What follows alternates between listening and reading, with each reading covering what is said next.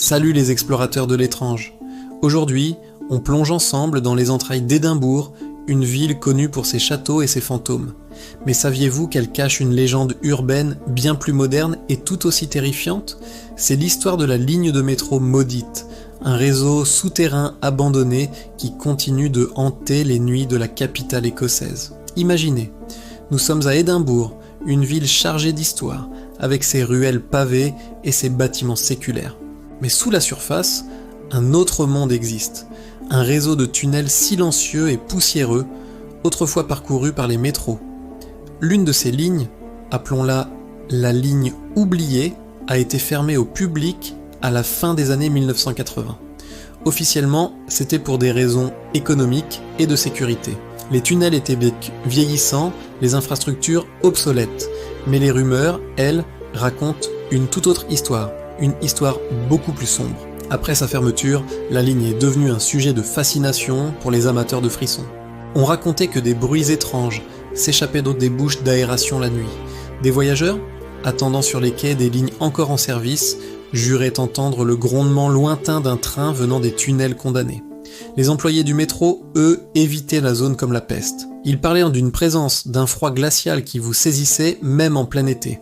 La légende était née. La ligne était hantée.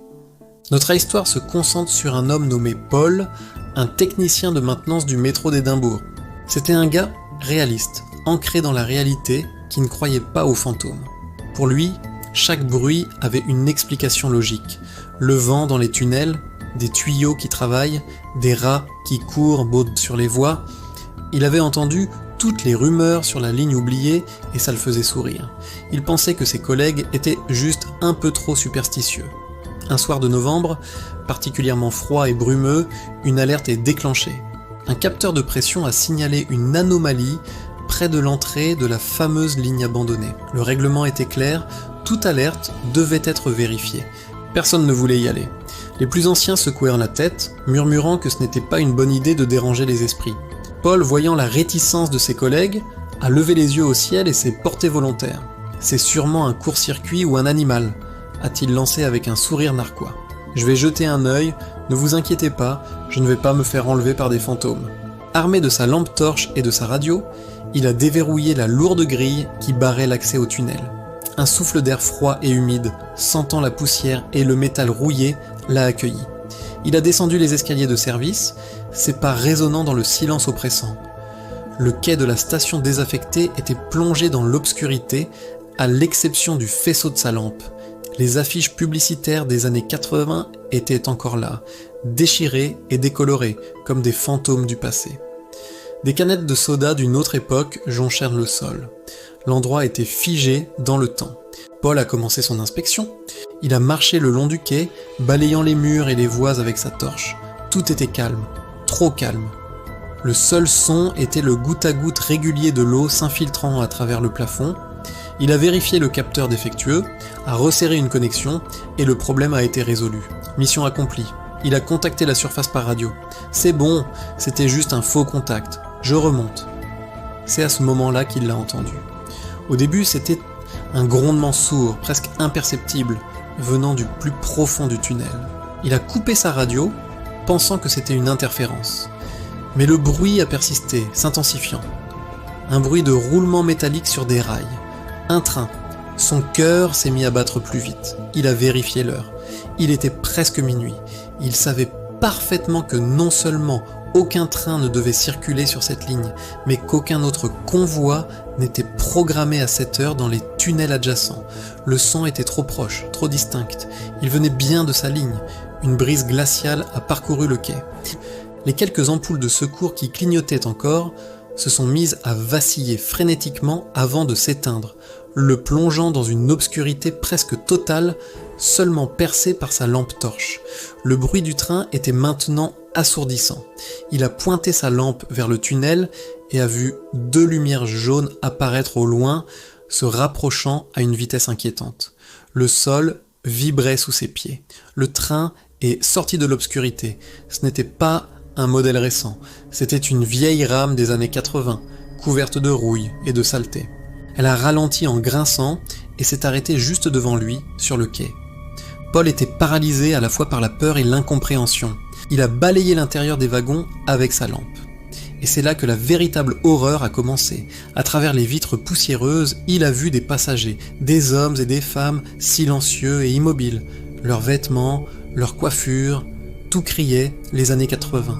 Des vestes en jean, des coupes mulets, des couleurs fluo délavées par le temps. Certains avaient les yeux vides, fixant le néant. D'autres le regardaient fixement, leur visage empreint d'une tristesse infinie. Une femme, près de la porte, pleurait en silence, les larmes coulant sur ses joues sans qu'elle ne fasse un geste pour les essuyer. Leur visage était pâle, presque translucide, puis avec un sifflement d'air glacial, les portes du wagon juste en face de lui se sont ouvertes. Un silence de mort est tombé sur la station, le grondement du moteur ayant cessé. De l'intérieur du wagon, une voix a murmuré. Une voix désincarnée, un chuchotement qui semblait venir de partout et de nulle part à la fois. Elle a dit « Il reste une place ». Paul est resté figé, le souffle coupé. Son esprit de logicien cherchait une explication rationnelle, mais il n'y en avait aucune. Ce n'était pas une blague, ce n'était pas une hallucination, c'était réel. La voix a répété, un peu plus insistante, presque suppliante. « Rejoins-nous, il reste une place pour toi ». Une main pâle s'est tendue vers lui depuis l'intérieur du wagon.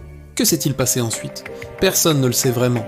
Le lendemain matin, l'équipe de jour, inquiète de ne pas avoir de nouvelles de Paul, est descendue à son tour. Ils n'ont trouvé personne.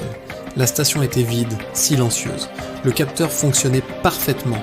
Aucune trace de passage. Rien, sauf une chose.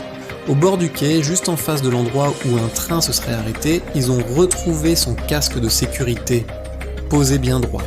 À côté, sa lampe torche, éteinte. Paul, lui, avait disparu. Une enquête a été lancée, mais elle n'a rien donné. On a fouillé chaque recoin des tunnels, sans succès. Paul s'était volatilisé. Face à cet événement inexplicable et pour calmer les esprits, la direction du métro a pris une décision radicale. L'accès à la ligne oubliée a été scellé, cette fois pour de bon. Les entrées ont été murées avec des parpaings et du béton. Plus personne ne devait jamais y retourner. Mais l'histoire ne s'arrête pas là. Aujourd'hui encore, des employés travaillant tard le soir dans les stations voisines jurent entendre, aux alentours de minuit, le grondement fantôme d'un train traversant les murs. Un son étouffé, comme un écho d'un autre temps. Certains disent même que si vous collez votre oreille aux murs les plus froids du métro d'Édimbourg, vous pouvez entendre un murmure lointain qui vous glace le sang. Il reste une place. Alors que s'est-il passé cette nuit-là? Paul est-il monté à bord de ce train fantôme? Est-il devenu l'un de ces passagers spectraux, condamnés à errer pour l'éternité dans les tunnels oubliés d'Édimbourg?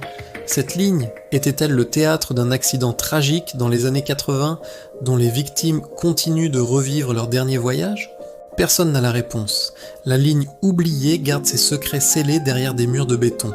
La question que je vous pose est la suivante. Si vous aviez été à la place de Paul, ce soir-là, seul sur ce quai désert, et que les portes de ce train fantôme se seraient ouvertes pour vous, auriez-vous osé monter? Cette histoire vous a plu? Elle vous a donné des frissons? Dites-moi en commentaire ce que vous auriez fait et si vous connaissez d'autres légendes urbaines ferroviaires. N'oubliez pas de liker la vidéo si vous voulez plus d'histoires étranges et interdites. Et surtout, abonnez-vous et activez la cloche pour ne manquer aucune de nos prochaines explorations dans les recoins les plus sombres de notre monde. Merci d'avoir regardé et à très bientôt pour une nouvelle aventure.